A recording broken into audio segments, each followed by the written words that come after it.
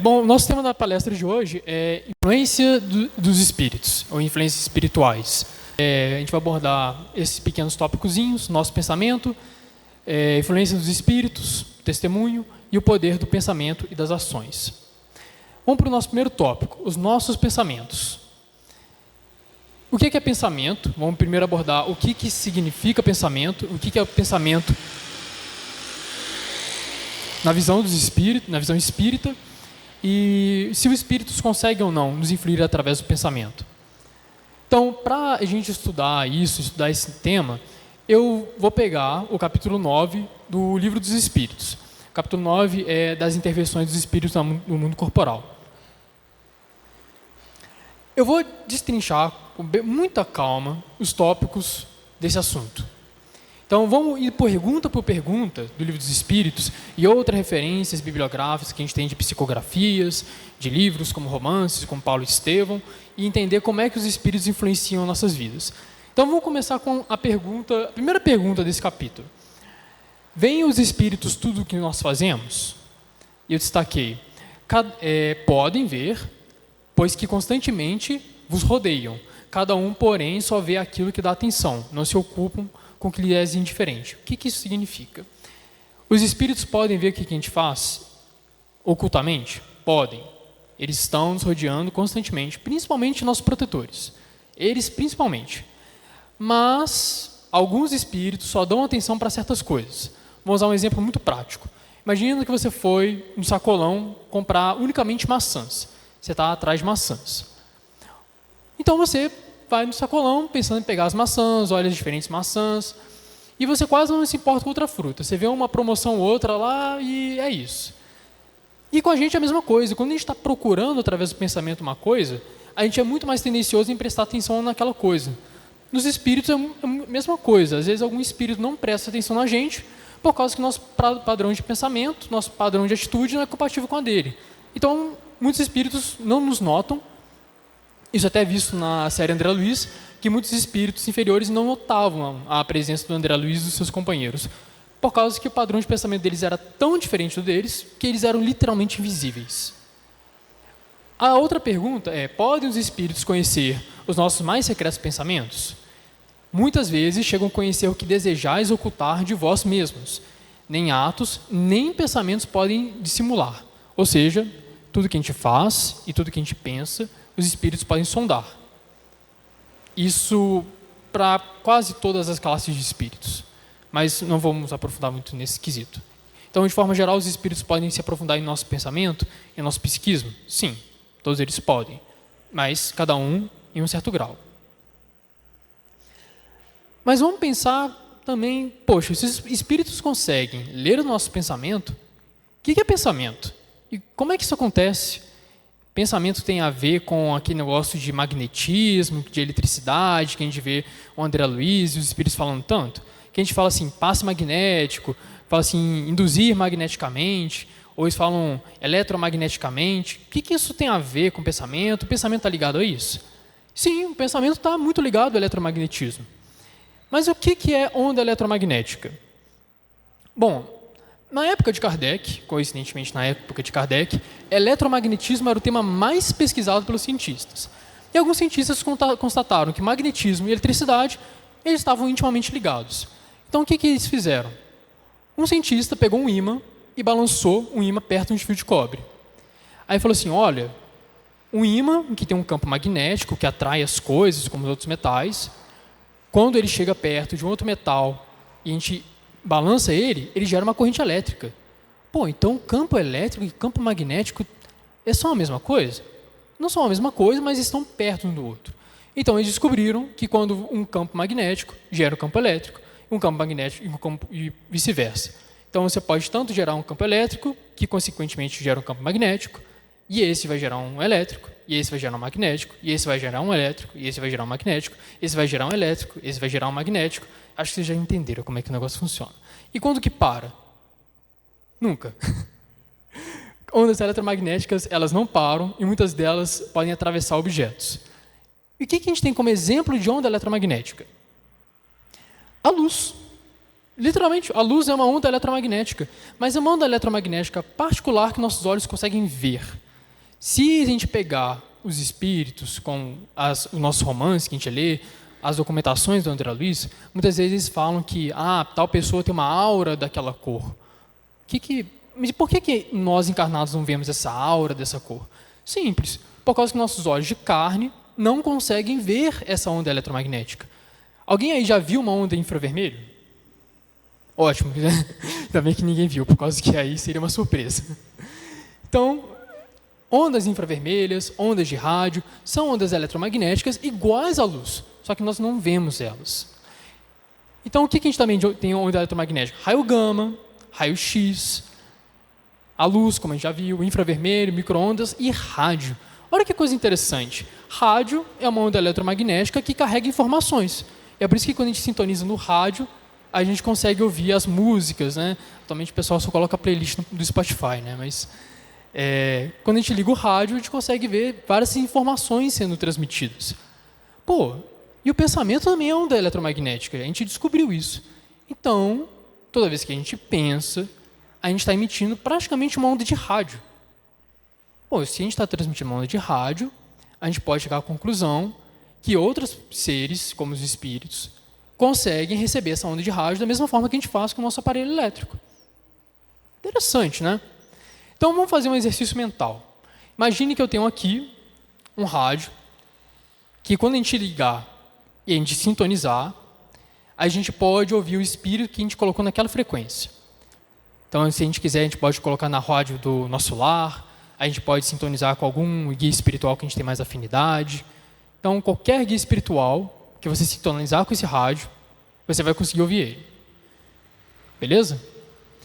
Você deve estar pensando, seria muito legal ter um aparelho desse jeito. O pensamento é esse aparelho. Literalmente. O pensamento é esse aparelho que, se você quiser, se você saber a frequência, se você souber procurar, se você souber onde direcionar seu pensamento, você consegue, entre aspas, entrar em comunicação com os espíritos daquela frequência.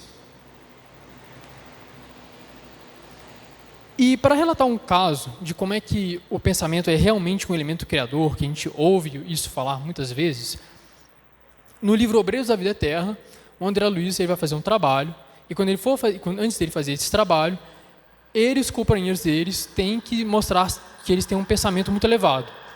E para testar isso, os orientadores fizeram um teste para eles, que eles tinham que pintar um quadro com pensamento. E eles fizeram isso. Eles literalmente pintaram um quadro com pensamento. Eles pensaram numa paisagem muito bonita e eles literalmente pintaram. Quando a gente fala que pensamento é um elemento criador, isso é tanto no sentido figurativo, de nós estarmos sintonizados com uma certa faixa de espíritos, quanto literal. A gente literalmente pode criar imagens com pensamento. A gente só não vê elas por causa que nossos olhos não captam essas imagens. Mas quando a gente fala que pensamento é elemento criador, e quando os espíritos falam isso, é tanto figurativo quanto literal. É literal mesmo. Vocês podem pintar um quadro com pensamento. Então, a gente pode escolher qual tipo de quadro que a gente quer pintar. Então, vamos lá. Influência dos espíritos pelo pensamento. Então, vamos pegar a pergunta. Influem os espíritos em nossos pensamentos e nossos atos? E os espíritos respondem para Allan Kardec.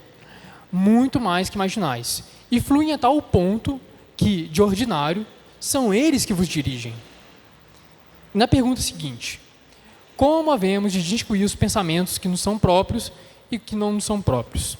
Resumindo a resposta, basicamente, quando um pensamento não é do nosso espírito, é como se fosse uma voz que fala para nós. Então, olha, outro ponto interessante. Os espíritos podem transmitir os pensamentos para nós.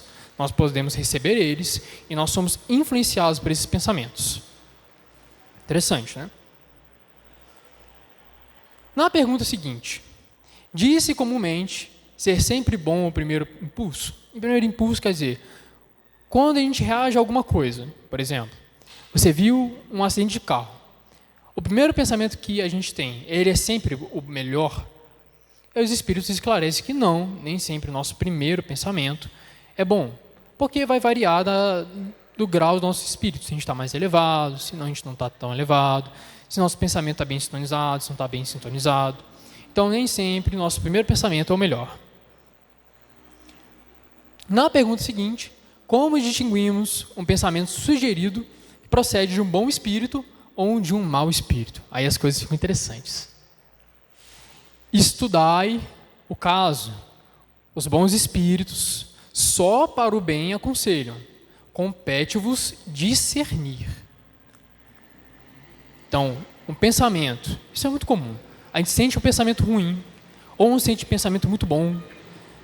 Como que a gente vai saber se é um pensamento nosso, se é um pensamento externo? A gente já viu, né, que é uma voz que nos fala. Mas para analisar se esse pensamento é benigno ou maligno, basta a gente parar um segundo, estudar o pensamento com calma, ver se esse pensamento vai nos levar a um resultado bom ou um resultado ruim. Se é um pensamento que nos induz a nos melhorarmos, se é um pensamento que nos consola, ou se é um pensamento que quer nos destruir, se quer causar discórdia entre nós, se é um pensamento que quer nos harmonizar. Basta fazer essa pergunta para a gente analisar profundamente, com muito cuidado, se o pensamento é induzido por um bom espírito ou por um espírito que não nos quer bem. Allan Kardec também faz a pergunta: por que os espíritos ruins nos influem pelo pensamento? Porque eles também querem que outras pessoas sejam infelizes. Isso não alivia o sofrimento deles, mas muitas vezes espíritos inferiores não gostam ou sentem inveja da felicidade de outros espíritos, podem ser tanto encarnados quanto desencarnados, e eles também querem que eles não sofram sozinhos. Muitas vezes esses espíritos não são malignos, eles só são frágeis, eles só estão procurando alguém que estenda a mão para eles. O fato de eles quererem induzir pensamentos negativos é mais um pedido de socorro deles do que realmente uma maldade, serem malignos. Só que quando a gente fala assim, a gente pensa uma imagem mais ou menos desse jeito, né? Como se tivesse um anjinho e tivesse um espírito trevoso do nosso lado. A gente imagina como se fosse uma coisa desse jeito. E se fosse assim, até que seria muito mais fácil. Se nossas influências espirituais estivessem unicamente ligados a um espírito bonzinho, unicamente bonzinho, um espírito unicamente do mal, a escolha seria muito óbvia, né? Poxa, se sempre tem um espírito bom e um espírito ruim, eu vou fazer a escolha mais óbvia, eu vou escolher sempre o espírito bom e fim do caso. Mas nós somos espíritos imortais. Nós tivemos outras existências, nós temos vícios passados, nós temos débitos a cumprir, nós temos uma série de tendências e também coisas escondidas na nossa sombra que dificultam nossa autenticidade em escolher o bem sempre. Então, se a gente tivesse unicamente ter que escolher, seria tranquilo. A questão é que a gente tem que muitas vezes enfrentar o que está dentro do que só simplesmente reagir às influências externas. Vamos para outra questão. Então, a gente já descobriu algumas coisas. Vamos fazer uma revisão rapidinha. Os espíritos influem em nossos pensamentos, eles sabem nossas ações. Legal. Eles podem induzir nosso pensamento e as nossas ações. Então, eles tanto conhecem quanto conseguem influir. E nós podemos escolher qual pensamento nós iremos captar, dependendo da nossa faixa de vibração. Igual um rádio. Você coloca na tal frequência, você sintoniza com a tal rádio. Mas por quê? Por que Deus permite que os espíritos malignos induzam pensamentos para nós? Essa pergunta de Kardec faz sentido. Se fosse para adiantar o progresso da humanidade, mais fácil fazer que todos os espíritos sejam suscetíveis apenas ao bem. É a coisa mais óbvia a se fazer, né? Mas os espíritos respondem para Kardec: os espíritos imperfeitos são instrumentos próprios a pôr em prova a fé e a constância dos homens na prática do bem. A nossa missão consiste em te colocar no bom caminho, desde que, sobre ti, atuem influências más, é que atrás desejando o mal. Ou seja, o papel dos bons espíritos é nos levar para o caminho do bem. Beleza? Os maus espíritos, Deus permite que os maus espíritos atuem sobre nós por um único motivo. Para saber se nós somos bons, para saber se nós somos firmes, para saber que nós temos competência a participar de trabalhos mais elevados, precisamos primeiro passar por um teste para ver se nossa constância no bem é realmente sólida ou não. Então Deus deixa que espíritos menos elevados nos tentem. Afinal de contas, até nosso próprio Mestre, Cristo, Jesus, ele foi tentado no deserto. Quiser de nós que nós somos seguidores dele. Então, se até o Mestre foi tentado no deserto, quiser de nós. Nós temos que dar o testemunho, nós temos que provar que nós somos bons, para que nós possamos ajudar em coisas melhores, para que nós possamos provar que nós estamos aptos para obras mais elevadas. A gente até fala que nós somos criadores em um plano menor. E quando a gente vira espíritos perfeitos, nós somos criadores em planos mais elevados. Mas para chegar a esses planos mais elevados, primeiro, você precisa testar se um espírito tem capacidade para conseguir criar coisas em planos maiores. Senão, seria irresponsabilidade de dar um cargo de extrema importância e que pode afetar a vida de muitos seres vivos para um espírito que não provou ser digno dela. Não faz sentido, né? Afinal de contas, para a gente passar de ano, a gente tem que fazer a prova. Na evolução espiritual, a mesma coisa. Para passar por um plano um pouco mais elevado, a gente tem que passar pela prova. E o que é esse testemunho? Vamos aprofundar um pouquinho mais e ver alguns casos bem rapidinho. E para estudar isso, eu separei um trecho do Apocalipse. Calma, eu não vou falar de fim do mundo. Essa parte do Apocalipse é mais para um alerta do Mestre. Nessa parte, o Mestre faz uma carta para a igreja de Sardes, que é uma das empresas na época lá do Oriente Médio, e o Mestre pede vigilância. Esses aqui são o capítulo 3 do Apocalipse, versículos de 1 a 6. Eu não vou ler aqui, mas eu vou falar por cima. Basicamente, o que o Mestre fala? Vigilância. Ele até fala assim: se não vigiardes, verei sobre ti como um ladrão. Ladrão no sentido figurativo, por causa que, quando a gente é assaltado, eu espero que nunca ninguém tenha passado por um assalto, mas quem já foi assaltado, sabe que quando a gente é assaltado, infelizmente a gente não sabe que hora que o assalto vem. Então, quando o Mestre fala, verei sobre ti como um ladrão, é no sentido de, se a gente não estiver vigilante, se a gente não estiver preparado para estar sempre a mostrar para o Mestre que nós somos capazes, a gente pode ser pego desprevenido. Só que, calma gente, eu não quero que ninguém fique paranoico, pensando que toda vez que tiver o pensamento negativo, já fica ansioso.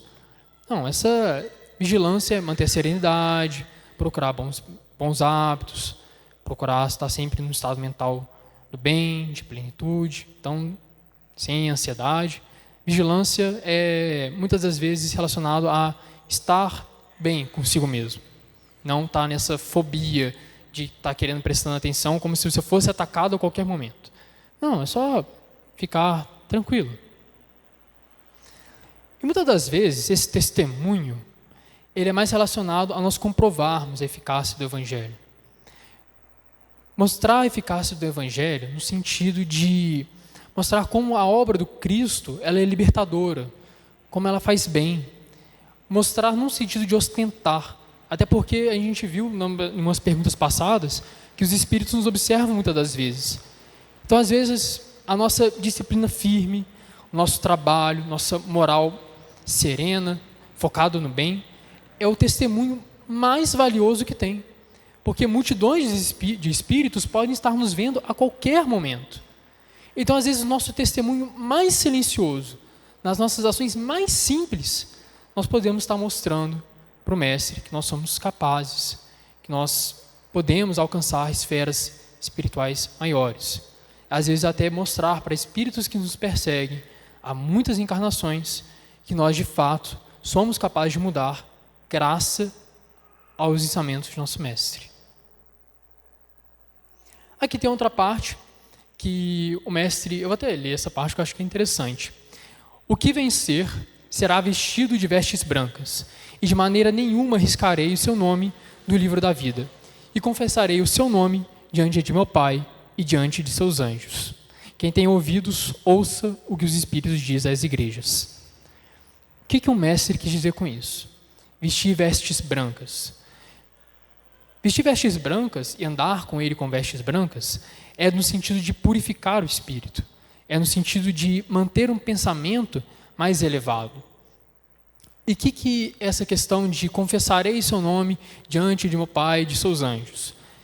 É no sentido de nos colocar a estarmos em sintonia com espíritos mais elevados. Então, após a gente passar uma prova difícil, a gente mostrar nossa firmeza no bem, mostrar que nós estamos realmente querendo mudar, esse mostrar você diante do Pai e diante de seus anjos é nos apresentar uma vida social para espíritos mais elevados. Nos colocar apto a conviver e a receber ensinamentos de espíritos mais elevados. Então, essa questão de apresentar ao meu Pai, de vestir vestes brancas, é nesse quesito de purificação do espírito e sintonias mais elevadas. E é muito parecido com o que a gente vê nas respostas do Livro dos Espíritos. Essa sessão continua da questão 467 e vai, acho que até a 470. Não estou lembrando ao certo. E vamos traçar um paralelo com o que a gente viu no Apocalipse com o que está escrito no Livro dos Espíritos. E essa pergunta é interessante, por causa que ela é bem útil para a gente. A pergunta era, pode um homem eximir-se da influência dos espíritos que procuram arrastá-lo ao mal? Os espíritos respondem, pode, visto que tais espíritos só se apegam aos que se desejam, aos seus desejos. E os que os chamam pelo pensamento os atraem. Ou seja, espíritos malignos só vão ser atraídos por pessoas que estejam pensando na mesma faixa que eles. Então, vamos supor, um obsessor que procura uma pessoa viciada em bebida alcoólica para ele também receber o prazer do álcool. Ele não vai buscar isso num recém-nascido ou numa criança muito jovem. Afinal de contas, ela não consome bebida alcoólica. Então, os espíritos inferiores só procuram e, às vezes, só conseguem encontrar espíritos encarnados ou desencarnados que estejam na mesma faixa de pensamento dele. Assim como a gente viu nos casos do livro do André Luiz, que muitos orientadores muito elevados, nem sequer o André e seus colegas conseguiam ver eles. Que eles estavam numa esfera de pensamento tão elevada que até os espíritos encarnados, que já estavam frequentando o nosso lar, não conseguiam ver esses espíritos muito elevados, por causa que não estavam sintonizados na mesma frequência que eles. O pensamento não captava. Eu acho que, para encerrar, vou ler só mesmo essa pergunta, a 469, que os espíritos fornecem uma receitinha para a gente estar bem mais sintonizado. Por que meio podemos neutralizar a influência dos maus espíritos? Praticando bem e pondo em Deus todas as vossas convicções. Repelireis a influência dos espíritos inferiores e aniquilareis o império que desejam ter sobre vós. Resumidamente, fazer o bem. Fazer o bem, procurar se resignar durante os sofrimentos, procurar o Pai. Se estiver difícil, entrar em oração. A oração se a gente for ranquear as melhores rádios para a gente sintonizar com o mundo espiritual, a oração está no topo. Se ela está difícil, fala com o Pai, abre o jogo, procura a ajuda dos amigos espirituais, procura manter-se firme no bem. É isso. Eu disse que, em geral, o amor, se a gente for resumir tudo, amar. Basta o amor para cobrir a nossa multidão de pecados. Se a gente quer estar sob influência de espíritos que nos querem bem, o amor. Resumidamente. Isso já basta. E para a gente ver aqui uma frase que Francisco de Assis disse para os seus frades quando ele estava para desencarnar. Ele disse para os frades deles, como uma orientação para que eles pudessem seguir o trabalho, ele falou: vão, preguem o evangelho por toda a Europa, mas se for necessário,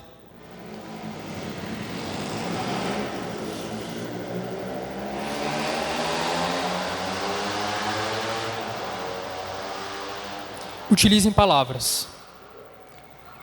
Por quê? O evangelho não é um livro. O evangelho é uma coisa viva. É a própria vinda do Cristo. O evangelho não é unicamente um conjunto de palavras, um conjunto de documentações que os apóstolos fizeram. É um roteiro seguro que nos traça o caminho para nós elevarmos a Deus. O evangelho é uma coisa viva e ela só vive em seres vivos. Então, quando o Francisco diz, se for necessário, utilizem palavras, porque a palavra é apenas um dos veículos. O evangelho resplandece muito mais naqueles que procuram fazer o bem.